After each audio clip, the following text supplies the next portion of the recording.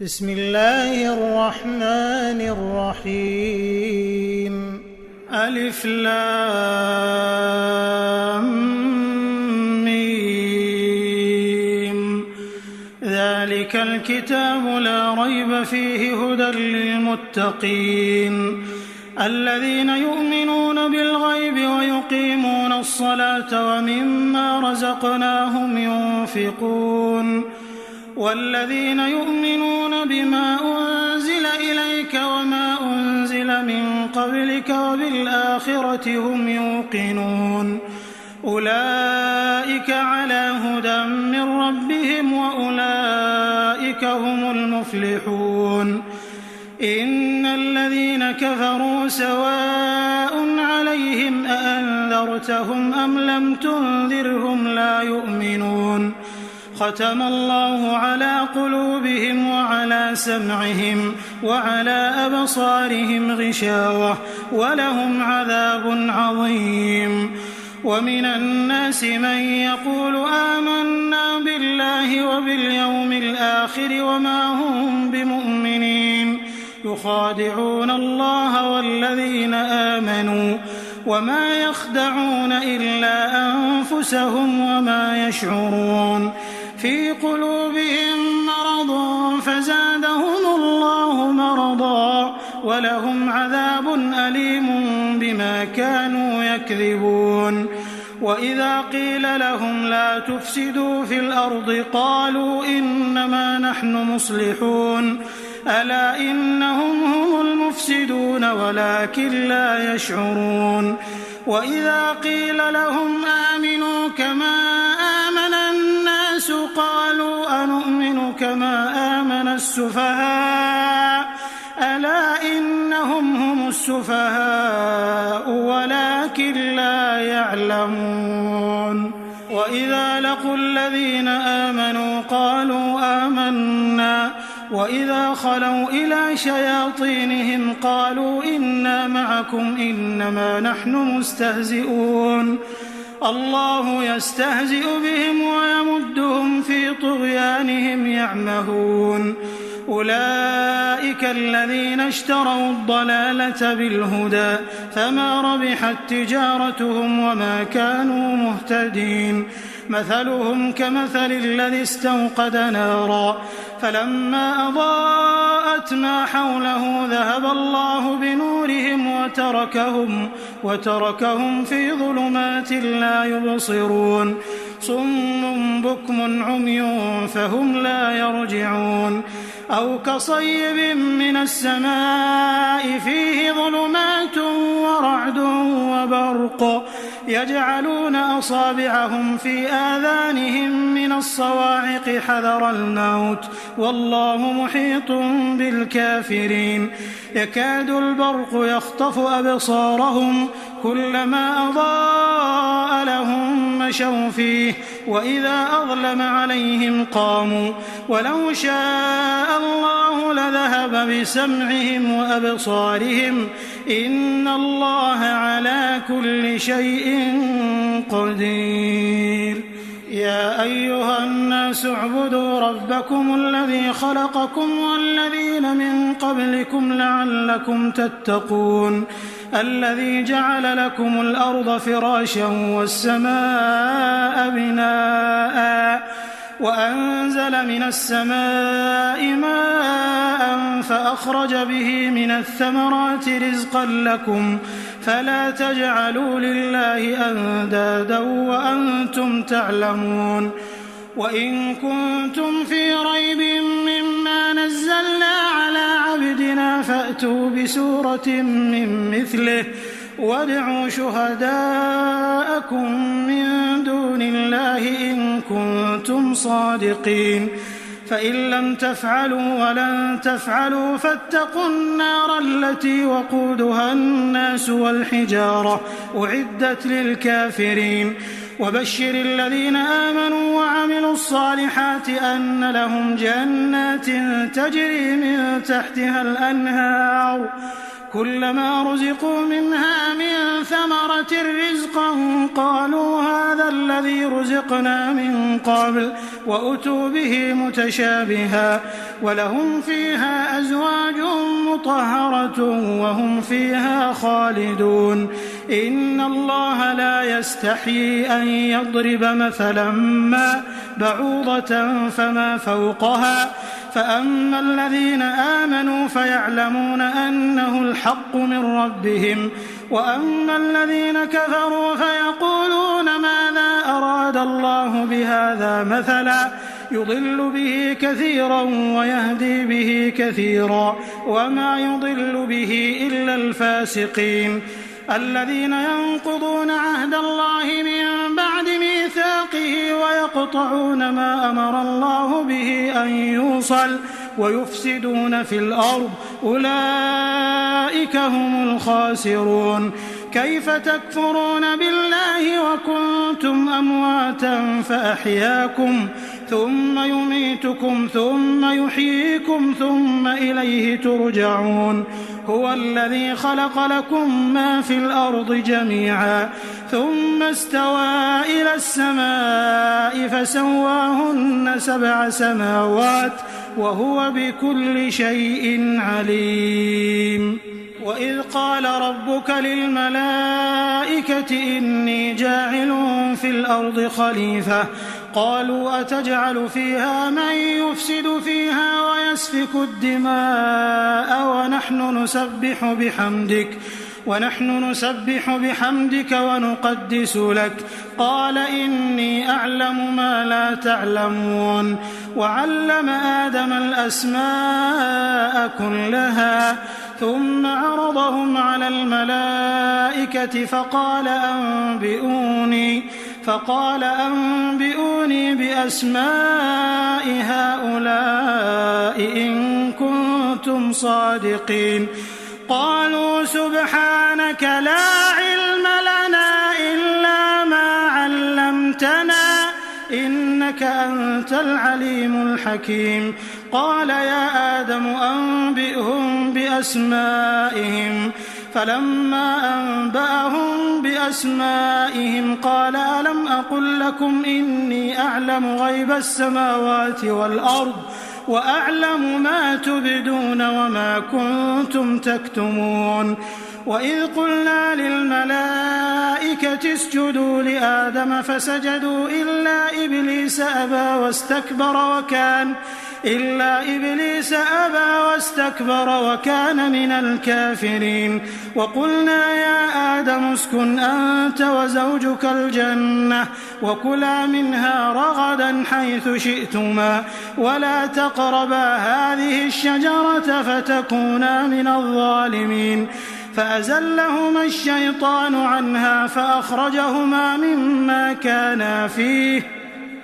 وقلنا اهبطوا بعضكم لبعض عدو ولكم في الأرض مستقر ومتاع إلى حين فتلقى آدم من ربه كلمات فتاب عليه إنه هو التواب الرحيم قلنا اهبطوا منها جميعا فإما يأتينكم مني هدى فمن تبع هداي فلا خوف عليهم ولا هم يحزنون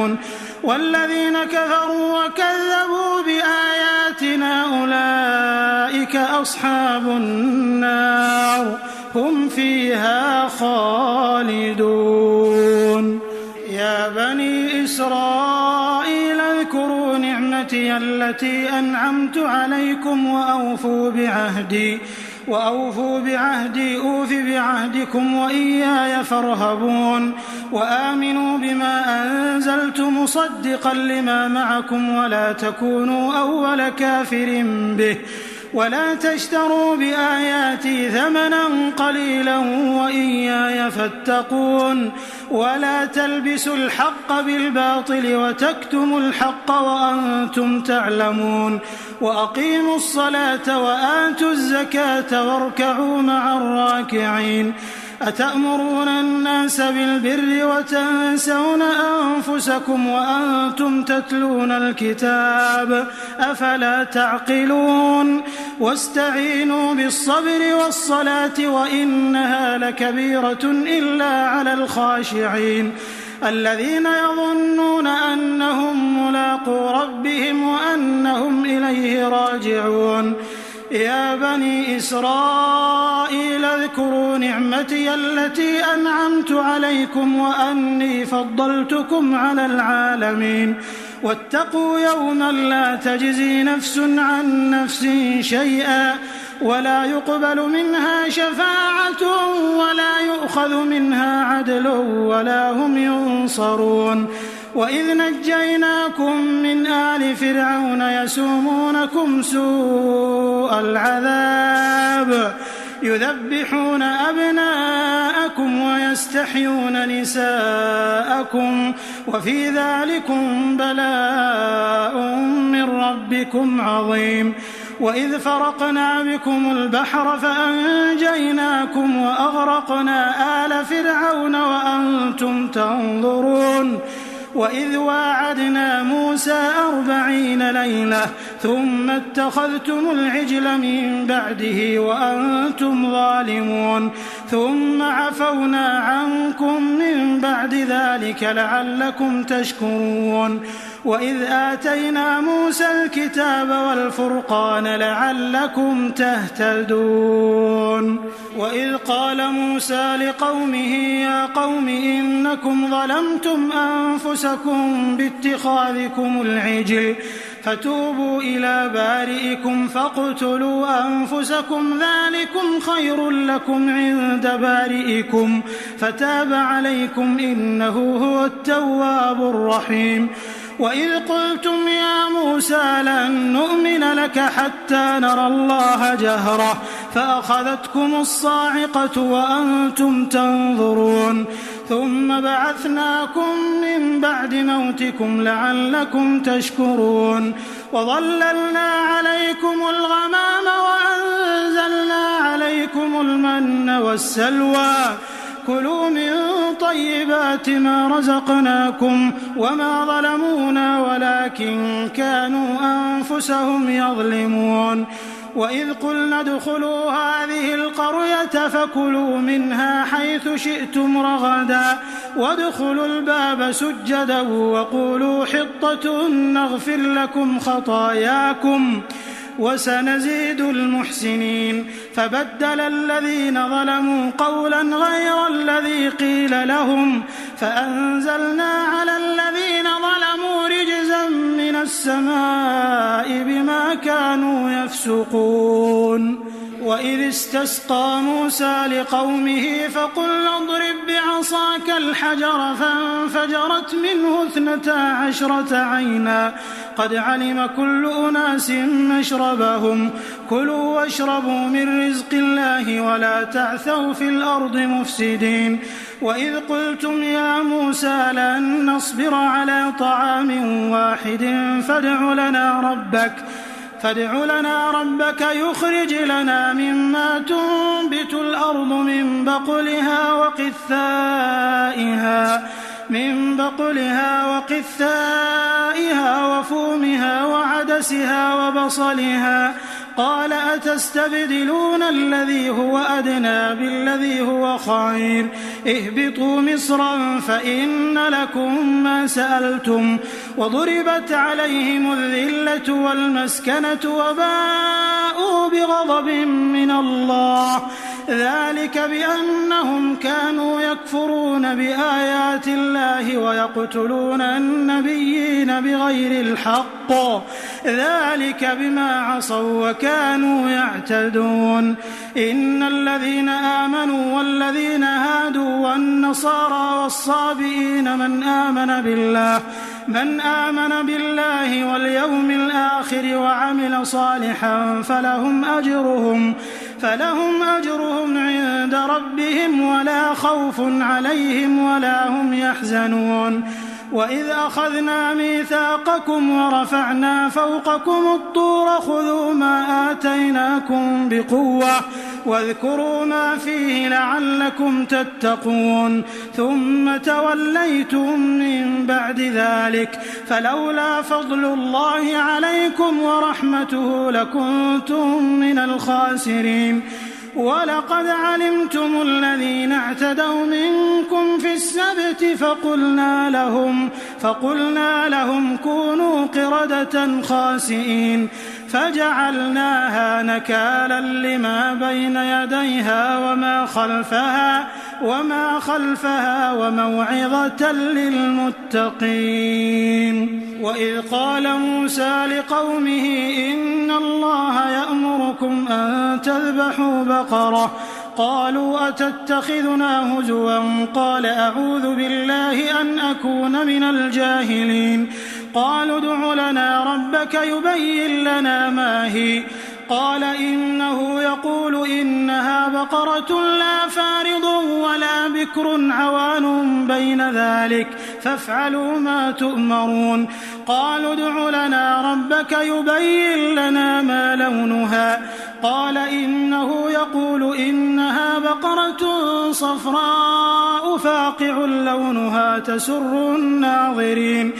قالوا ادع لنا ربك يبين لنا ما هي إن البقرة شابه علينا وإنا إن شاء الله لمهتدون قال إنه يقول إنها بقرة لا ذلول تثير الأرض ولا تسقي الحرث مسلمة لا شية فيها قالوا الآن جئت بالحق فذبحوها وما كادوا يفعلون وإذ قتلتم نفسا فادارأتم فيها والله مخرج ما كنتم تكتمون فقلنا اضربوه ببعضها كذلك يحيي الله الموتى ويريكم آياته لعلكم تعقلون ثم قست قلوبكم من بعد ذلك فهي كالحجارة أو أشد قسوة وإن من الحجارة لما يتفجر منه الأنهار وإن منها لما يشقق فيخرج منه الماء وإن منها لما يهبط من خشية الله وما الله بغافل عما تعملون أفتطمعون أن يؤمنوا لكم وقد كان فريق منهم يسمعون كلام الله ثم يحرفونه من بعد ما عقلوه وهم يعلمون وإذا لقوا الذين آمنوا قالوا آمنا وإذا خلا بعضهم إلى بعض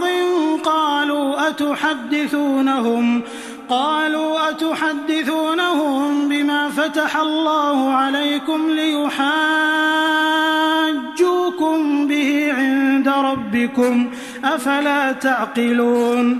أولا يعلمون أن الله يعلم ما يسرون وما يعلنون ومنهم أميون لا يعلمون الكتاب إلا أماني وإن هم إلا يظنون فويل للذين يكتبون الكتاب بأيديهم ثم يقولون هذا من عند الله ليشتروا به ثمنا قليلا فويل لهم مما كتبت أيديهم وويل لهم مما يكسبون وقالوا لن تمسنا النار إلا أياما معدودة قل أتخذتم عند الله عهدا فلن يخلف الله عهده أم تقولون على الله ما لا تعلمون بلى من كسب سيئة وأحاطت به خطيئته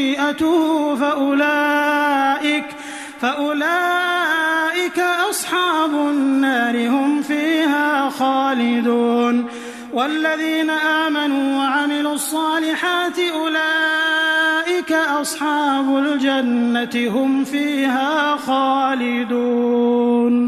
وإذ أخذنا ميثاق بني إسرائيل لا تعبدون إلا الله وبالوالدين إحسانا وبالوالدين إحسانا وذي القربى واليتامى والمساكين وقولوا للناس حسنا وأقيموا الصلاة وآتوا الزكاة ثم توليتم إلا قليلا منكم وأنتم معرضون وإذ أخذنا ميثاقكم لا تسفكون دماءكم ولا تخرجون أنفسكم من دياركم ثم أقررتم وأنتم تشهدون ثم أنتم هؤلاء تقتلون أنفسكم وتخرجون فريقا منكم من ديارهم تظاهرون عليهم بالإثم والعدوان وإن يأتوكم أسارى تفادوهم وهو محرم عليكم إخراجهم أفتؤمنون ببعض الكتاب وتكفرون ببعض فما جزاء من يفعل ذلك منكم إلا خزي في الحياة الدنيا ويوم القيامة يردون إلى أشد العذاب وما الله بغافل عما تعملون أولئك الذين اشتروا الحياة الدنيا بالآخرة فلا يخفف عنهم العذاب ولا هم ينصرون ولقد آتينا موسى الكتاب وقفينا من بعده بالرسل وآتينا عيسى ابن مريم البينات وأيدناه بروح القدس أفكلما جاءكم رسول بما لا تهوى أنفسكم استكبرتم ففريقا كذبتم وفريقا تقتلون وقالوا قلوبنا غلف بل لعنهم الله بكفرهم فقليلا ما يؤمنون ولما جاءهم كتاب من عند الله مصدق لما معهم وكانوا من قبل يستفتحون على الذين كفروا فلما جاءهم ما عرفوا كفروا به فلعنة الله على الكافرين بئس ما اشتروا به أنفسهم أن يكفروا بما أنزل الله بغيا أن ينزل الله من فضله على من يشاء من عباده فباءوا بغضب على غضب وللكافرين عذاب مهين وإذا قيل لهم آمنوا بما أنزل الله قالوا نؤمن بما أنزل علينا ويكفرون بما وراءه وهو الحق مصدقا لما معهم قل فلم تقتلون أنبياء الله من قبل إن كنتم مؤمنين ولقد جاءكم موسى بالبينات ثم اتخذتم العجل من بعده وأنتم ظالمون وإذ أخذنا ميثاقكم ورفعنا فوقكم الطور خذوا ما آتيناكم بقوة واسمعوا قالوا سمعنا وعصينا وأشربوا في قلوبهم العجل بكفرهم قل بئس ما يأمركم به إيمانكم إن كنتم مؤمنين قل إن كانت لكم الدار الآخرة عند الله خالصة من دون الناس فتمنوا الموت إن كنتم صادقين ولن يتمنوه أبدا بما قدمت أيديهم والله عليم بالظالمين ولتجدنهم أحرص الناس على حياة ومن الذين أشركوا يود أحدهم لو يعمر 1000 سنة وما هو بمزحزحه من العذاب أن يعمر والله بصير بما يعملون قل من كان عدوا لجبريل فإنه نزله على قلبك بإذن الله مصدقا لما بين يديه وهدى وبشرى للمؤمنين. من كان عدوا لله وملائكته ورسله وجبريل وميكال فإن الله عدو للكافرين. ولقد أنزلنا إليك آيات بينات وما يكفر بها إلا الفاسقون.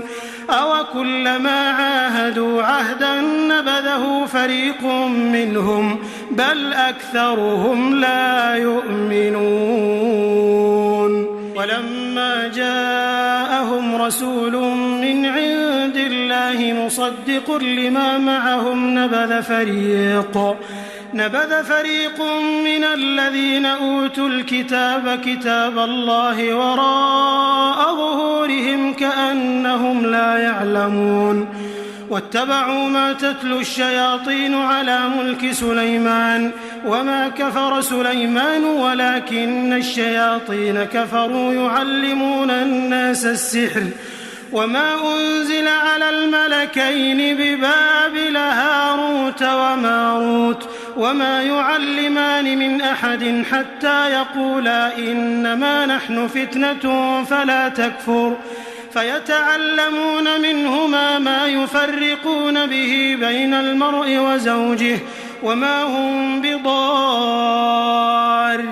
به من أحد إلا بإذن الله ويتعلمون ما يضرهم ولا ينفعهم ولقد علموا لمن اشتراه ما له في الآخرة من خلاق ولبئس ما شروا به أنفسهم لو كانوا يعلمون. ولو أنهم آمنوا واتقوا لمثوبة من عند الله خير لو كانوا يعلمون.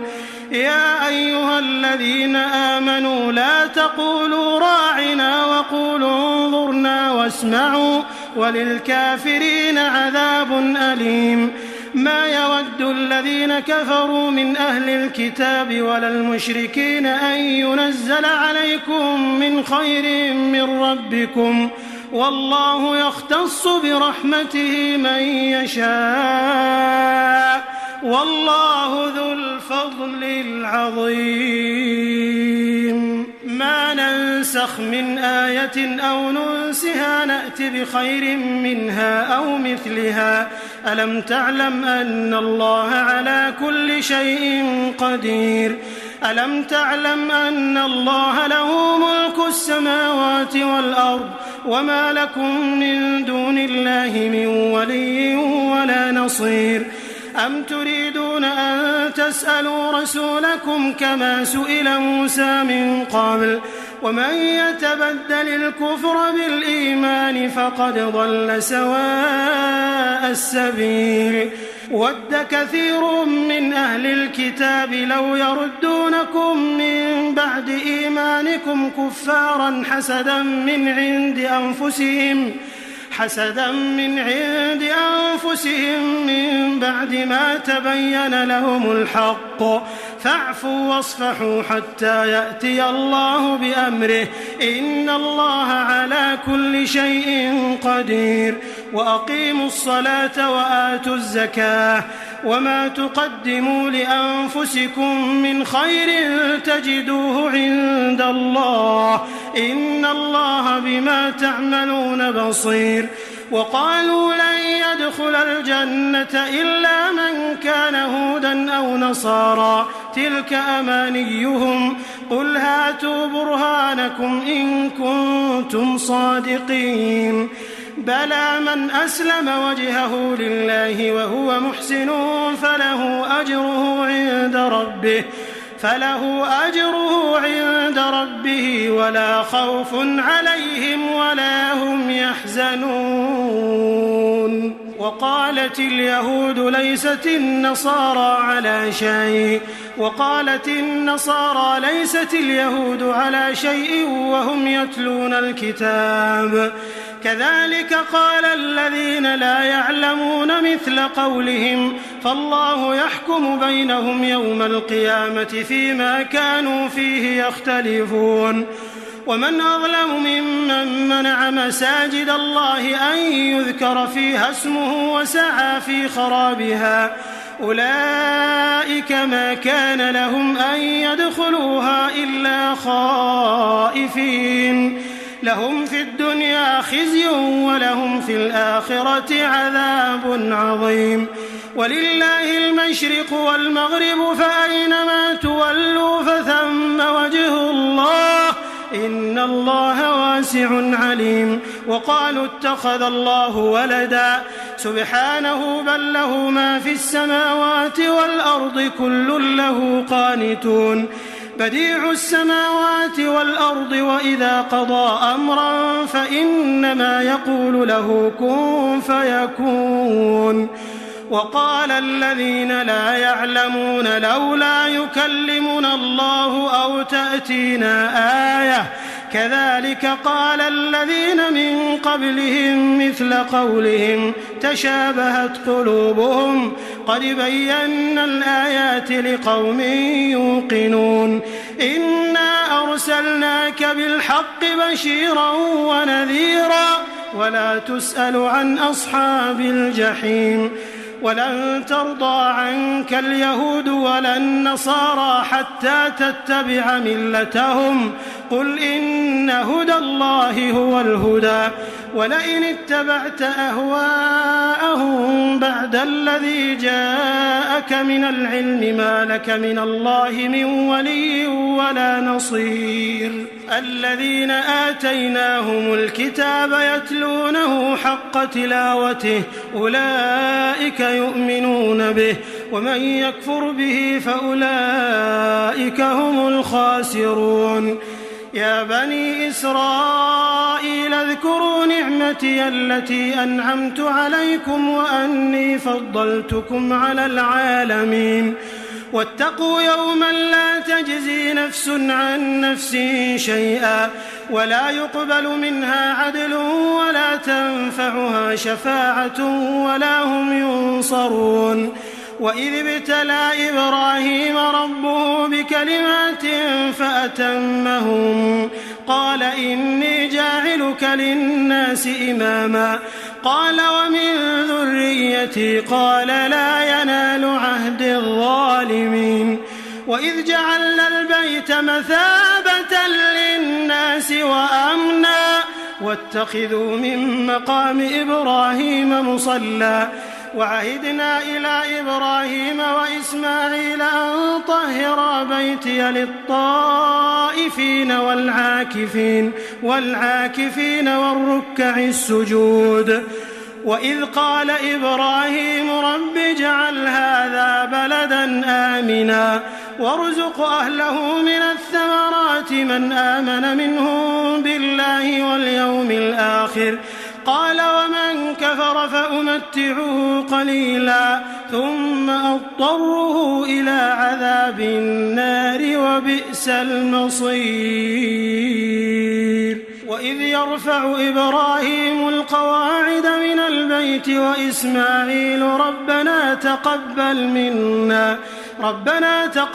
منا إنك أنت السميع العليم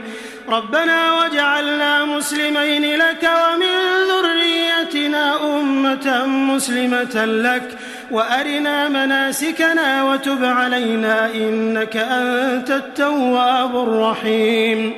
ربنا وابعث فيهم رسولا منهم يتلو عليهم آياتك ويعلمهم الكتاب والحكمة ويزكيهم إنك أنت العزيز الحكيم ومن يرغب عن ملة إبراهيم إلا من سفه نفسه ولقد اصطفيناه في الدنيا وإنه في الآخرة لمن الصالحين إذ قال له ربه أسلم قال أسلمت لرب العالمين ووصى بها إبراهيم بنيه ويعقوب يا بني إن الله اصطفى لكم الدين فلا تموتن إلا وأنتم مسلمون أم كنتم شهداء إذ حضر يعقوب الموت إذ قال لبنيه ما تعبدون من بعدي قالوا نعبد إلهك وإله آبائك إبراهيم وإسماعيل وإسحاق إلها واحدا ونحن له مسلمون تلك أمة قد خلت لها ما كسبت ولكم ما كسبتم ولا تسألون عما كانوا يعملون وقالوا كونوا هودا أو نصارى تهتدوا قل بل ملة إبراهيم حنيفا وما كان من المشركين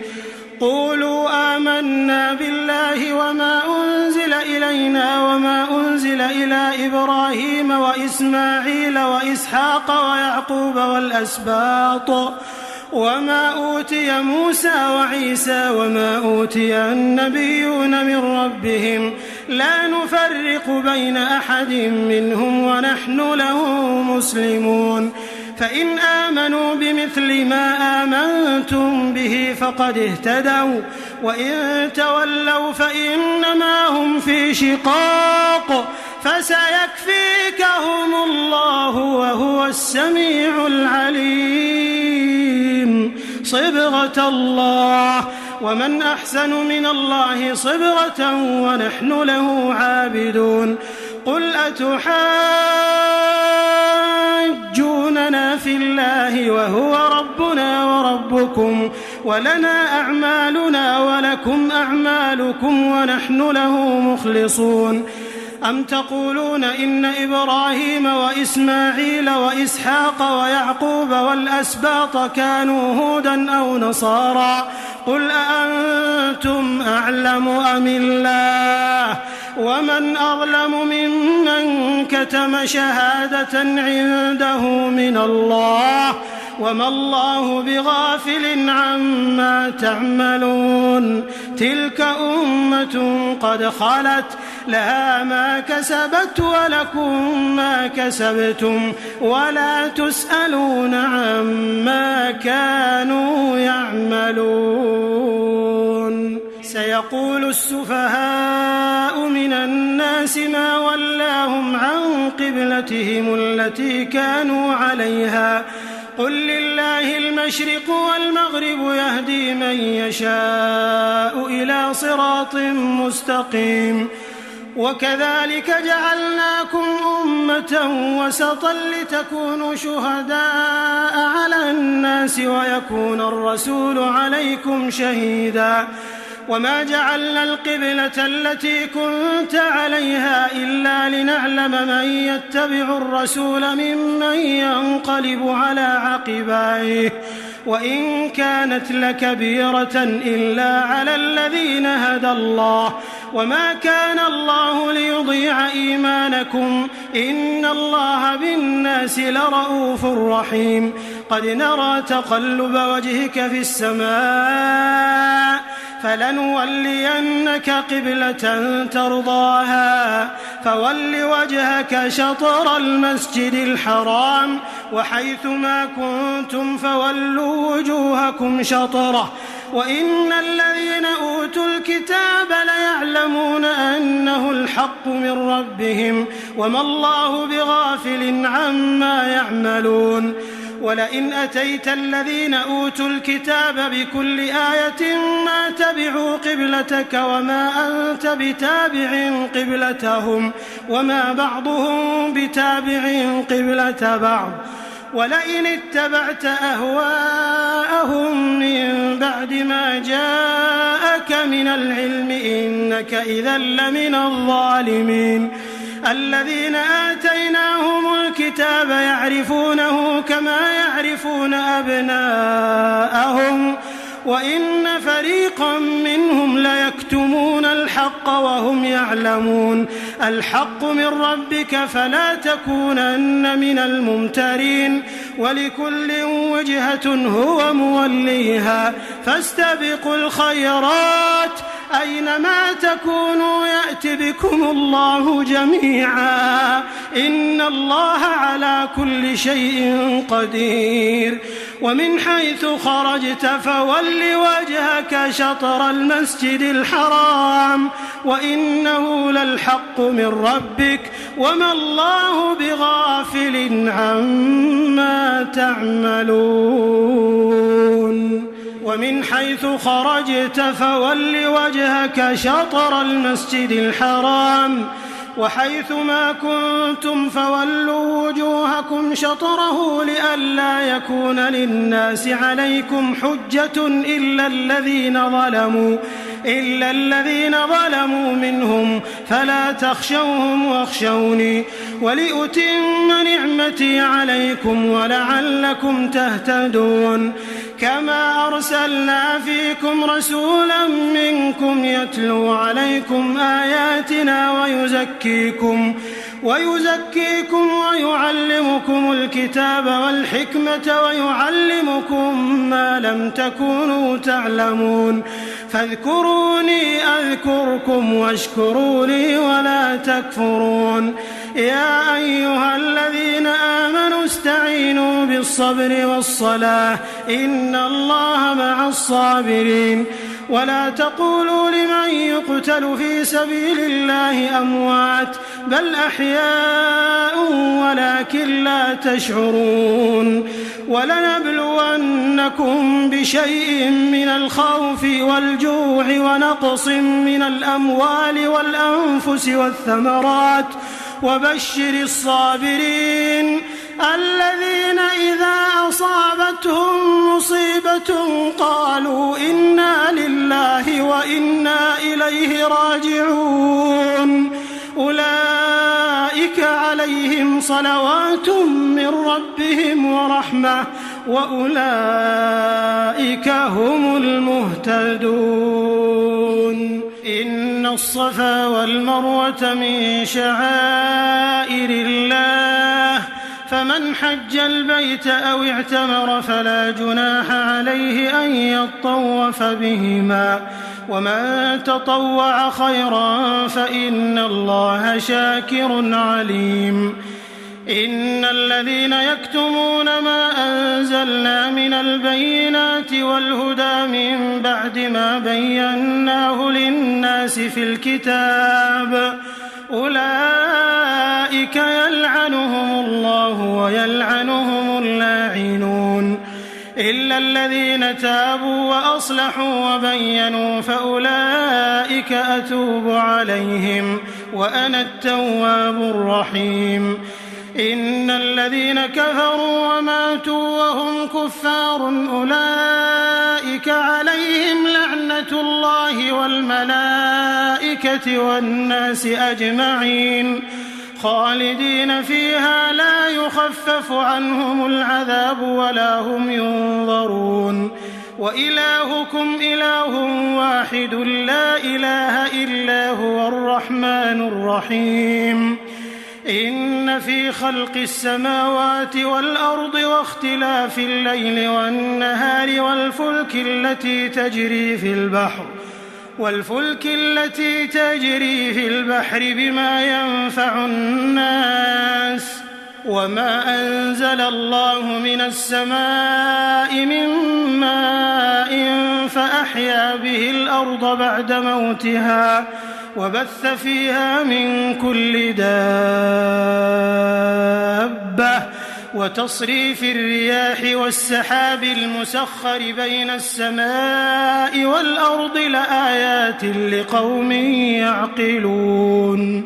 ومن الناس من يتخذ من دون الله أندادا يحبونهم كحب الله والذين آمنوا أشد حبا لله ولو يرى الذين ظلموا إذ يرون العذاب أن القوة لله جميعا وأن الله شديد العذاب إذ تبرأ الذين اتبعوا من الذين اتبعوا ورأوا العذاب وتقطعت بهم الأسباب وقال الذين اتبعوا لو أن لنا كرة فنتبرأ منهم كما تبرأوا منا كذلك يريهم الله أعمالهم حسرات عليهم وما هم بخارجين من النار. يا أيها الناس كلوا مما في الأرض حلالا طيبا ولا تتبعوا خطوات الشيطان إنه لكم عدو مبين. إنما يأمركم بالسوء والفحشاء وأن تقولوا على الله ما لا تعلمون. وإذا قيل لهم اتبعوا ما أنزل الله قالوا بل نتبع ما ألفينا عليه آباءنا أولو كان آباؤهم لا يعقلون شيئا ولا يهتدون. ومثل الذين كفروا كمثل الذي ينعق بما لا يسمع إلا دعاء ونداء صم بكم عمي فهم لا يعقلون. يا أيها الذين آمنوا كلوا من طيبات ما رزقناكم واشكروا لله إن كنتم إياه تعبدون. إنما حرم عليكم الميتة والدم ولحم الخنزير وما أهل به لغير الله فمن اضطر غير باغ ولا عاد فلا إثم عليه إن الله غفور رحيم. إن الذين يكتمون ما أنزل الله من الكتاب ويشترون به ثمنا قليلا أولئك ما يأكلون في بطونهم إلا النار ولا يكلمهم الله يوم القيامة ولا يزكيهم ولهم عذاب أليم. أولئك الذين اشتروا الضلالة بالهدى والعذاب بالمغفرة فما أصبرهم على النار ذلك بأن الله نزل الكتاب بالحق وإن الذين اختلفوا في الكتاب لفي شقاق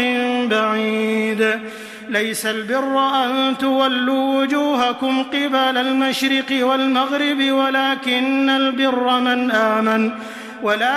البر من آمن بالله واليوم الآخر والملائكة والكتاب والنبيين وآتى المال على حبه ذوي القربى واليتامى والمساكين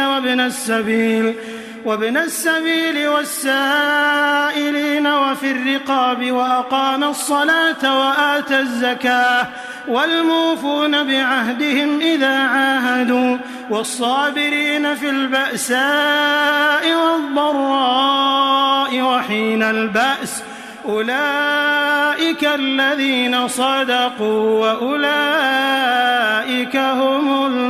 المتقون. يا أيها الذين آمنوا كتب عليكم القصاص في القتلى الحر بالحر والعبد بالعبد والأنثى بالأنثى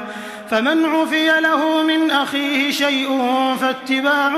بالمعروف وأداء إليه بإحسان ذلك تخفيف من ربكم ورحمة فمن اعتدى بعد ذلك فله عذاب أليم. ولكم في القصاص حياة يا أولي الألباب لعلكم تتقون. كتب عليكم إذا حضر أحدكم الموت إن ترك خيرا الوصية للوالدين والأقربين بالمعروف حقا على المتقين فمن بدله بعدما سمعه فإنما إثمه على الذين يبدلونه إن الله سميع عليم. فمن خاف من موص جنفا أو إثما فأصلح بينهم فلا إثم عليه إن الله غفور رحيم.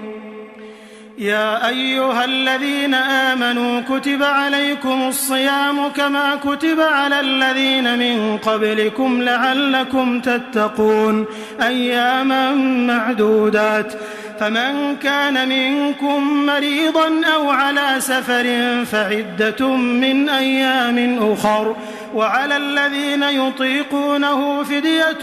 طعام مسكين فمن تطوع خيرا فهو خير له وأن تصوموا خير لكم إن كنتم تعلمون شهر رمضان الذي أنزل فيه القرآن هدى للناس وبينات من الهدى والفرقان فمن شهد منكم الشهر فليصم ومن كان مريضا أو على سفر فعدة من أيام أخر يريد الله بكم اليسر ولا يريد بكم العسر ولتكملوا العدة ولتكبروا الله على ما هداكم ولعلكم تشكرون وإذا سألك عبادي عني فإني قريب أجيب دعوة الداع إذا دعان فليستجيبوا لي وليؤمنوا بي لعلهم يرشدون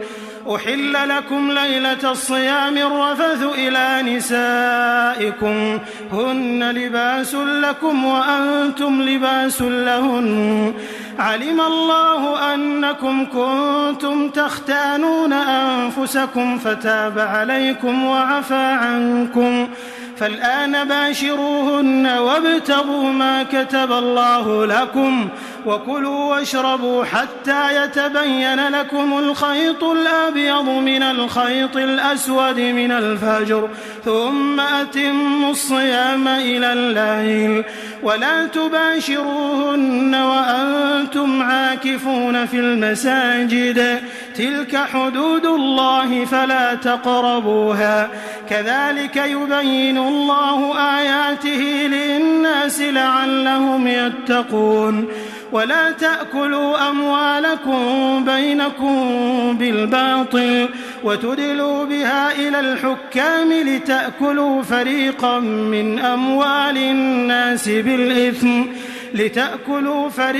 من أموال الناس بالإثم وأنتم تعلمون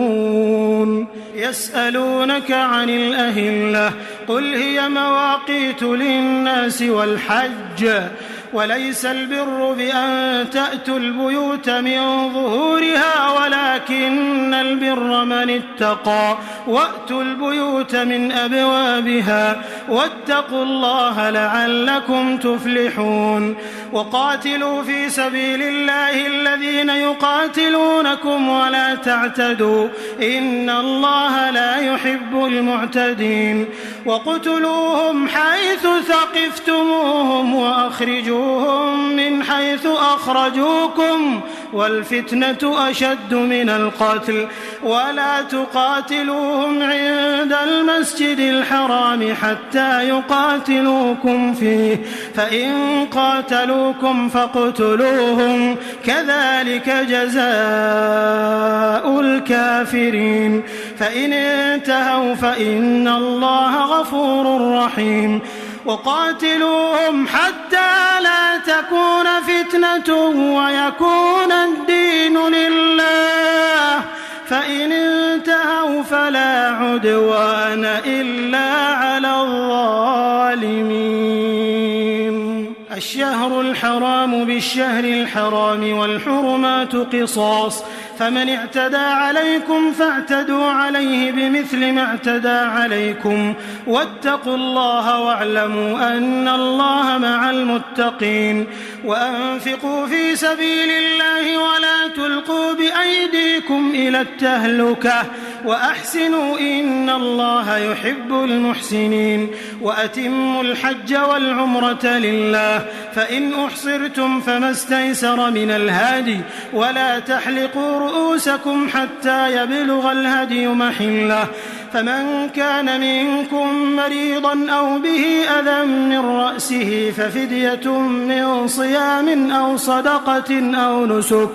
فإذا أمنتم فمن تمتع بالعمرة إلى الحج فما استيسر من الهدي، فمن لم يجد فصيام 3 أيام في الحج و7 إذا رجعتم، تلك 10 كاملة، ذلك لمن لم يكن أهله حاضر المسجد الحرام. واتقوا الله واعلموا أن الله شديد العقاب. الحج أشهر معلومات، فمن فرض فيهن الحج فلا رفث ولا فسوق ولا جدال في الحج، وما تفعلوا من خير يعلمه الله، وتزودوا فإن خير الزاد التقوى، واتقون يا أولي الألباب. ليس عليكم جناح أن تبتغوا فضلا من ربكم،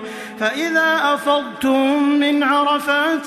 فاذكروا الله عند المشعر الحرام واذكروه كما هداكم، وإن كنتم من قبله لمن الضالين. ثم أفيضوا من حيث أفاض الناس واستغفروا الله إن الله غفور رحيم. فإذا قضيتم مناسككم فاذكروا الله كذكركم آباءكم أو أشد ذكرا. فمن الناس من يقول ربنا آتنا في الدنيا وما له في الآخرة من خلاق، ومنهم من يقول ربنا آتنا في الدنيا حسنة وفي الآخرة حسنة وقنا عذاب النار. أولئك لهم نصيب مما كسبوا والله سريع الحساب. واذكروا الله في أيام معدودات، فمن تعجل في يومين فلا إثم عليه، ومن تأخر فلا إثم عليه لمن اتقى. واتقوا الله واعلموا أنكم إليه تحشرون. ومن الناس من يعجبك قوله في الحياة الدنيا ويشهد الله على ما في قلبه وهو ألد الخصام، وإذا تولى سعى في الأرض ليفسد فيها ويهلك الحرث والنسل والله لا يحب الفساد. وإذا قيل له اتق الله أخذته العزة بالإثم فحسبه جهنم ولبئس المهاد. ومن الناس من يشري نفسه ابتغاء مرضات الله والله رؤوف بالعباد. يا أيها الذين آمنوا ادخلوا في السلم كافة ولا تتبعوا خطوات الشيطان إنه لكم عدو مبين. فإن زللتم من بعد ما جاءتكم البينات فاعلموا أن الله عزيز حكيم. هل ينظرون إلا أن يأتيهم الله في ظلل من الغمام والملائكة وقضي الأمر وإلى الله ترجع الأمور. سل بني إسرائيل كم آتيناهم من آية بينة ومن يبدل نعمة الله من بعد ما جاءته فإن الله شديد العقاب. زين للذين كفروا الحياة الدنيا ويسخرون من الذين آمنوا والذين اتقوا فوقهم يوم القيامة والله يرزق من يشاء بغير حساب. كان الناس أمة واحدة فبعث الله النبيين مبشرين ومنذرين وأنزل معهم الكتاب بالحق ليحكم بين الناس فيما اختلفوا فيه وما اختلف فيه إلا الذين أوتوه من بعد ما جاءتهم البينات بغيا بينهم فهدى الله الذين آمنوا لما اختلفوا فيه من الحق بإذنه والله يهدي من يشاء إلى صراط مستقيم. أم حسبتم أن تدخلوا الجنة ولما يأتكم مثل الذين خلوا من قبلكم مستهم البأساء والضراء وزلزلوا حتى يقول الرسول والذين آمنوا معه متى نصر الله ألا إن نصر الله قريب.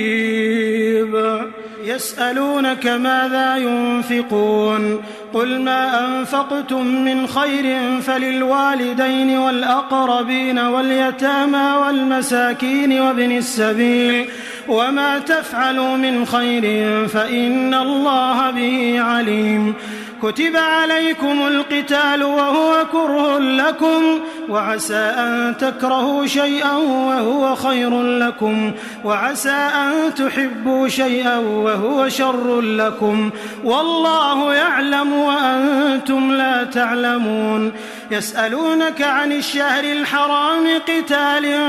فيه قل قتال فيه كبير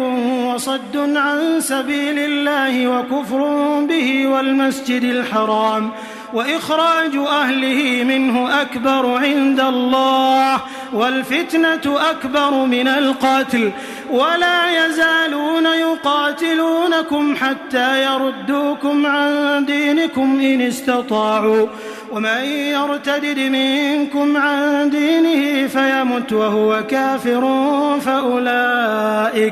فأولئك حبطت أعمالهم في الدنيا والآخرة وأولئك أصحاب النار هم فيها خالدون. إن الذين آمنوا والذين هاجروا وجاهدوا في سبيل الله أولئك يرجون رحمة الله والله غفور رحيم. يسألونك عن الخمر والميسر قل فيهما إثم كبير ومنافع للناس وإثمهما أكبر من نفعهما ويسألونك ماذا ينفقون قل العفو كذلك يبين الله لكم الآيات لعلكم تتفكرون في الدنيا والآخرة. ويسألونك عن اليتامى قل إصلاح لهم خير وإن تخالطوهم فإخوانكم والله يعلم المفسد من المصلح ولو شاء الله لأعنتكم إن الله عزيز حكيم.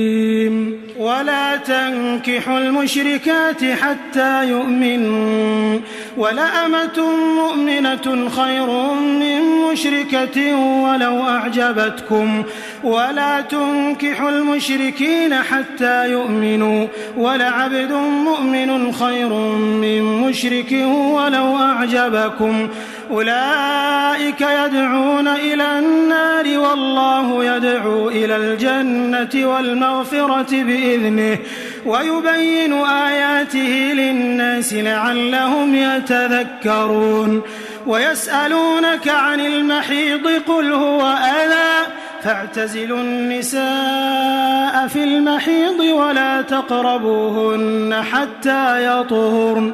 فإذا تطهرن فأتوهن من حيث أمركم الله إن الله يحب التوابين ويحب المتطهرين. نساؤكم حرث لكم فأتوا حرثكم أنى شئتم وقدموا لأنفسكم واتقوا الله واعلموا أنكم ملاقوه وبشر المؤمنين. ولا تجعلوا الله عرضة لأيمانكم أن تبروا وتتقوا وتصلحوا بين الناس والله سميع عليم. لا يؤاخذكم الله باللغو أيمانكم ولكن يؤاخذكم بما كسبت قلوبكم والله غفور حليم. للذين يؤلون من نسائهم تربص 4 أشهر فإن فاءوا فإن الله غفور رحيم وإن عزموا الطلاق فإن الله سميع عليم. والمطلقات يتربصن بأنفسهن 3 قروء ولا يحل لهن أن يكتمن ما خلق الله في أرحامهن إن كن يؤمن بالله واليوم الآخر وبعولتهن أحق بردهن في ذلك إن أرادوا إصلاحا ولهن مثل الذي عليهن بالمعروف وللرجال عليهن درجة والله عزيز حكيم. الطلاق 2 فإمساك بمعروف أو تسريح بإحسان ولا يحل لكم أن تأخذوا مما آتيتموهن شيئا إلا أن يخافا ألا يقيما حدود الله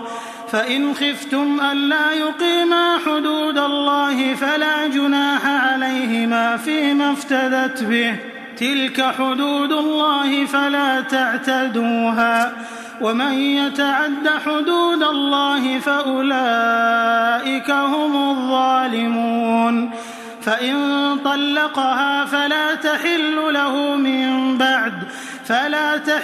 له من بعد حتى تنكح زوجا غيره. فإن طلقها فلا جناح عليهما أن يتراجعا إن ظنا أن يقيما حدود الله وتلك حدود الله يبينها لقوم يعلمون. وإذا طلقتم النساء فبلغن أجلهن فأمسكوهن بمعروف أو سرحوهن بمعروف ولا تمسكوهن ضرارا لتعتدوا ومن يفعل ذلك فقد ظلم نفسه. ولا تتخذوا آيات الله هزوا واذكروا نعمة الله عليكم وما أنزل عليكم من الكتاب والحكمة يعظكم به واتقوا الله واعلموا أن الله بكل شيء عليم. وإذا طلقتم النساء فبلغن أجلهن فلا تعضلوهن أن ينكحن أزواجهن إذا تراضوا بينهم بالمعروف ذلك يوعظ به من كان منكم يؤمن بالله واليوم الآخر ذلكم أزكى لكم وأطهر والله يعلم وأنتم لا تعلمون. والوالدات يرضعن أولادهن حولين كاملين لمن أراد أن يتم الرضاعة وعلى المولود له رزقهن وكسوتهن بالمعروف لا تكلف نفس إلا وسعها لا تضار والدة بولدها ولا مولود له بولده وعلى الوارث مثل ذلك فإن أرادا فصالا عن تراض منهما وتشاور فلا جناح عليهما. وإن أردتم أن تسترضعوا أولادكم فلا جناح عليكم إذا سلمتم ما آتيتم بالمعروف واتقوا الله واعلموا أن الله بما تعملون بصير. والذين يتوفون منكم ويذرون أزواجا يتربصن بأنفسهن 4 أشهر وعشرا فإذا بلغن أجلهن فلا جناح عليكم فيما فعلن في أنفسهن بالمعروف والله بما تعملون خبير. ولا جناح عليكم فيما عرضتم به من خطبة النساء أو أكننتم في أنفسكم علم الله أنكم ستذكرونهن ولكن لا تواعدوهن سرا إلا أن تقولوا قولا معروفا ولا تعزموا عقدة النكاح حتى يبلغ الكتاب أجله واعلموا أن الله يعلم ما في أنفسكم فاحذروه واعلموا أن الله غفور حليم. لا جناح عليكم إن طلقتم النساء ما لم تمسوهن أو تفرضوا لهن فريضة ومتعوهن على الموسع قدره وعلى المقتر قدره متاعا بالمعروف حقا على المحسنين. وإن طلقتموهن من قبل أن تمسوهن وقد فرضتم لهن فريضة فنصف ما فرضتم إلا أن يعفون أو يعفو الذي بيده عقدة النكاح وأن تعفوا أقرب للتقوى ولا تنسوا الفضل بينكم إن الله بما تعملون بصير. حافظوا على الصلوات والصلاة الوسطى وقوموا لله قانتين فإن خفتم فرجالا أو ركبانا فإذا أمنتم فاذكروا الله كما علمكم ما لم تكونوا تعلمون. والذين يتوفون منكم ويذرون أزواجا وصية لأزواجهم متاعا إلى الحول غير إخراج فإن خرجن فلا جناح عليكم فيما فعلن في أنفسهن من معروف والله عزيز حكيم. وللمطلقات متاع بالمعروف حقا على المتقين كذلك يبين الله لكم آياته لعلكم تعقلون. ألم تر إلى الذين خرجوا من ديارهم وهم ألوف حذر الموت فقال لهم الله موتوا ثم أحياهم إن الله لذو فضل على الناس ولكن أكثر الناس لا يشكرون. وقاتلوا في سبيل الله واعلموا أن الله سميع عليم. من ذا الذي يقرض الله قرضا حسنا فيضاعفه له أضعافا كثيرة والله يقبض ويبسط وإليه ترجعون. ألم تر إلى الملأ من بني إسرائيل من بعد موسى إذ قالوا لنبي له مبعث لنا ملكا نقاتل في سبيل الله قال هل عسيتم إن كتب عليكم القتال ألا تقاتلوا قالوا وما لنا ألا نقاتل في سبيل الله وقد أخرجنا من ديارنا وأبنائنا فلما كتب عليهم القتال تولوا إلا قليلا منهم والله عليم بالظالمين. وقال لهم نبيهم إن الله قد بعث لكم طالوت ملكا قالوا أنى يكون له الملك علينا ونحن أحق بالملك منه ولم يؤت سعة من المال قال إن الله اصطفاه عليكم وزاده بسطة في العلم والجسم والله يؤتي ملكه من يشاء والله واسع عليم. وقال لهم نبيهم إن آية ملكه أن يأتيكم التابوت فيه سكينة من ربكم وبقية مما ترك آل موسى وآل هارون تحمله الملائكة إن في ذلك لآية لكم إن كنتم مؤمنين. فلما فصل طالوت بالجنود قال إن الله مبتليكم بنهر فمن شرب منه فليس مني ومن لم يطعمه فإنه مني إلا من اغترف غرفة بيده فشربوا منه إلا قليلا منهم. فلما جاوزه هو والذين آمنوا معه قالوا لا طاقة لنا اليوم بجالوت وجنوده. قال الذين يظنون أنهم ملاقو الله كم من فئة قليلة غلبت فئة كثيرة بإذن الله والله مع الصابرين. ولما برزوا لجالوت وجنوده قالوا ربنا أفرغ علينا صبرا وثبت أقدامنا وانصرنا على القوم الكافرين. فهزموهم بإذن الله وقتل داود جالوت وآتاه الله الملك والحكمة وعلمه مما يشاء. ولولا دفع الله الناس بعضهم ببعض لفسدت الأرض ولكن الله ذو فضل على العالمين. تلك آيات الله نتلوها عليك بالحق وإنك لمن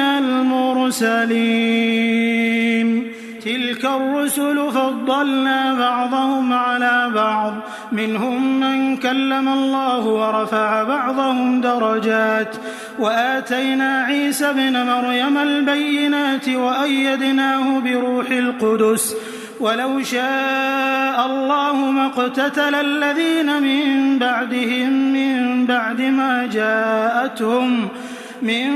ما جاءتهم البينات ولكن اختلفوا فمنهم من آمن ومنهم من كفر. ولو شاء الله ما اقتتلوا ولكن الله يفعل ما يريد.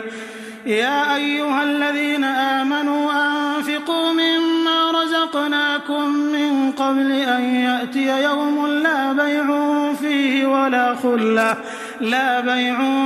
ولا خلة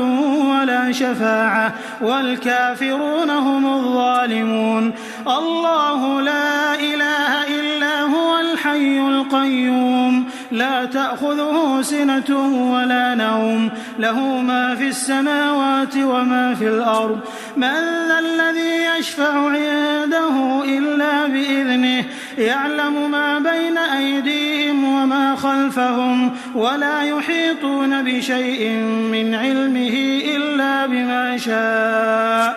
وسع كرسيه السماوات والأرض ولا يؤوده حفظهما وهو العلي العظيم. لا إكراه في الدين قد تبين الرشد من الغي فمن يكفر بالطاغوت ويؤمن بالله فقد استمسك بالعروة الوثقى لا انفصام لها والله سميع عليم. الله ولي الذين آمنوا يخرجهم من الظلمات إلى النور والذين كفروا أولياؤهم الطاغوت يخرجونهم من النور إلى الظلمات أولئك أصحاب النار هم فيها خالدون. ألم تر إلى الذي حاج إبراهيم في ربه أن آتاه الله الملك إذ قال إبراهيم ربي الذي يحيي ويميت قال أنا أحيي وأميت. قال إبراهيم فإن الله يأتي بالشمس من المشرق فأت بها من المغرب فبهت الذي كفر والله لا يهدي القوم الظالمين. أو كالذي مر على قرية وهي خاوية على عروشها قال أنى يحيي هذه الله بعد موتها فأماته الله 100 عام ثم بعثه قال كم لبثت؟ قال لبثت يوما أو بعض يوم. قال بل لبثت 100 عام. فانظر إلى طعامك وشرابك لم يتسنه وانظر إلى حمارك ولنجعلك آية للناس وانظر إلى العظام كيف ننشزها ثم نكسوها لحما. فلما تبين له قال أعلم أن الله على كل شيء قدير. وإذ قال إبراهيم رب أرني كيف تحيي الموتى قال أولم تؤمن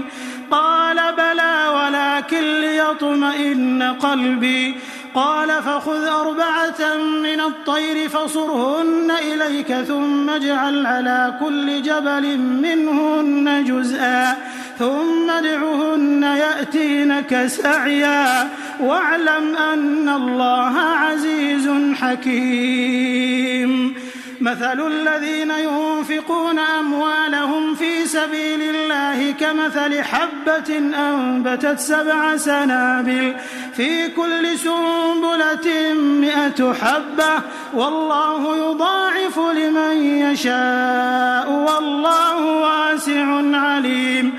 الذين ينفقون أموالهم في سبيل الله ثم لا يتبعون ما أنفقوا منا ولا أذى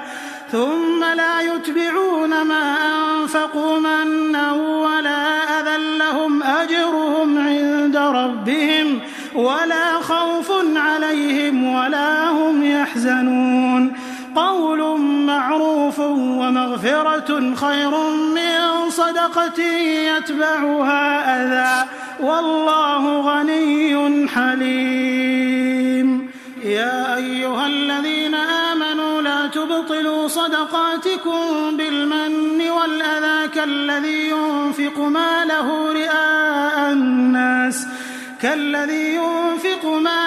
رئاء الناس ولا يؤمن بالله واليوم الآخر فمثله كمثل صفوان عليه تراب فأصابه وابل فتركه صلدا لا يقدرون على شيء مما كسبوا والله لا يهدي القوم الكافرين. ومثل الذين ينفقون أموالهم ابتغاء مرضات الله وتثبيتا من أنفسهم كمثل جنة بربوة أصابها وابل فآتت أكلها ضعفين فإن لم يصبها وابل فطل والله بما تعملون بصير. أيود أحدكم أن تكون له جنة من نخيل وأعناب تجري من تحتها الأنهار له فيها من كل الثمرات وأصابه الكبر وله ذرية ضعفاء فأصابها إعصار فيه نار فاحترقت كذلك يبين الله لكم الآيات لعلكم تتفكرون. يا أيها الذين آمنوا أنفقوا من طيبات ما كسبتم ومما أخرجنا لكم من الأرض ولا تيمموا الخبيث منه تنفقون ولستم بآخذيه إلا أن تغمضوا فيه واعلموا أن الله غني حميد. الشيطان يعدكم الفقر ويأمركم بالفحشاء والله يعدكم مغفرة منه وفضلا والله واسع عليم. يؤتي الحكمة من يشاء ومن يؤت الحكمة فقد أوتي خيرا كثيرا وما يذكر إلا أولو الألباب. وما أنفقتم من نفقة أو نذرتم من نذر فإن الله يعلمه وما للظالمين من أنصار إن تبدوا الصدقات فنعما هي وإن تخفوها وتؤتوها الفقراء فهو خير لكم ويكفر عنكم من سيئاتكم والله بما تعملون خبير. ليس عليك هداهم ولكن الله يهدي من يشاء وما تنفقوا من خير فلأنفسكم وما تنفقون إلا ابتغاء وجه الله وما تنفقوا من خير يوفى إليكم وأنتم لا تظلمون. للفقراء الذين أحصروا في سبيل الله لا يستطيعون ضربا في الأرض يحسبهم الجاهل أغنياء من التعفف تعرفهم بسيماهم لا يسألون الناس إلحافا وما تنفقوا من خير فإن الله به عليم. الذين ينفقون أموالهم بالليل والنهار سرا وعلانية فلهم أجرهم عند ربهم ولا خوف عليهم ولا هم يحزنون. الذين يأكلون الربا لا يقومون إلا كما يقوم الذي يتخبطه الشيطان من المس ذلك بأنهم قالوا إنما البيع مثل الربا وأحل الله البيع وحرم الربا فمن جاءه موعظة من ربه فانتهى فله ما سلف وأمره إلى الله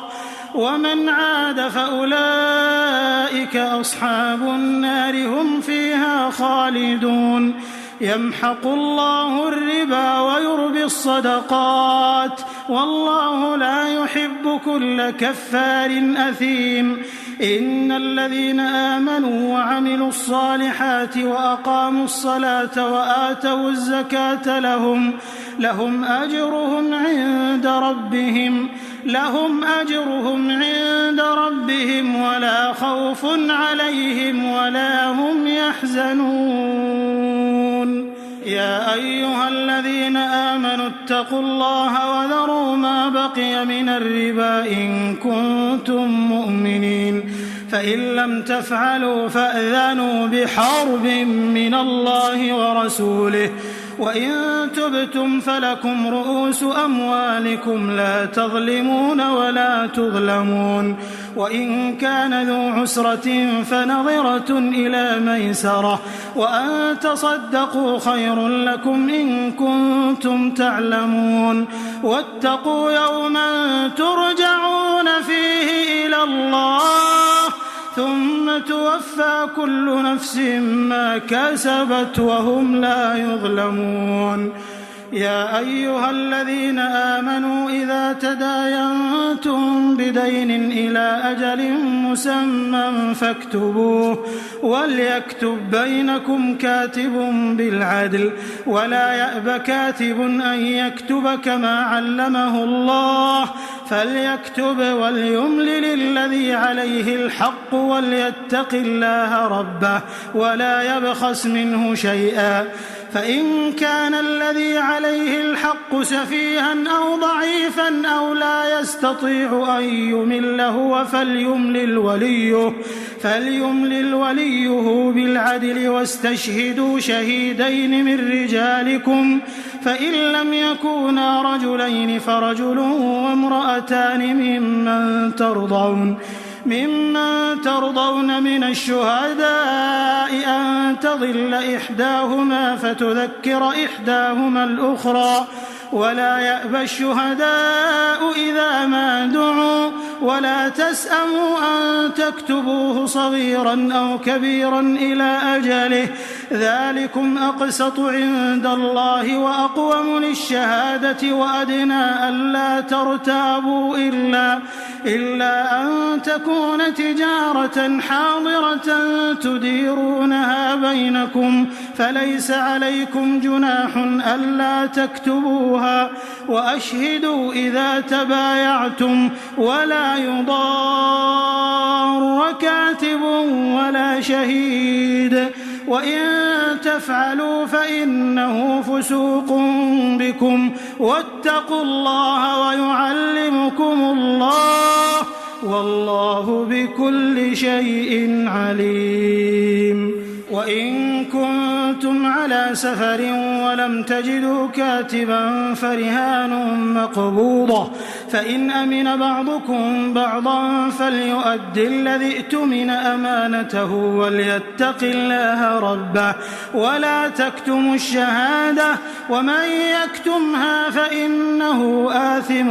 قلبه والله بما تعملون عليم. لله ما في السماوات وما في الأرض وإن تبدوا ما في أنفسكم أو تخفوه يحاسبكم به الله فيغفر لمن يشاء ويعذب من يشاء والله على كل شيء قدير. آمن الرسول بما أنزل إليه من ربه والمؤمنون كل آمن بالله وملائكته وكتبه ورسله لا نفرق بين أحد من رسله وقالوا سمعنا وأطعنا غفرانك ربنا وإليك المصير. لا يكلف الله نفسا إلا وسعها لها ما كسبت وعليها ما اكتسبت ربنا لا تؤاخذنا إن نسينا أو أخطأنا ربنا ولا تحمل علينا إصرا كما حملته على الذين من قبلنا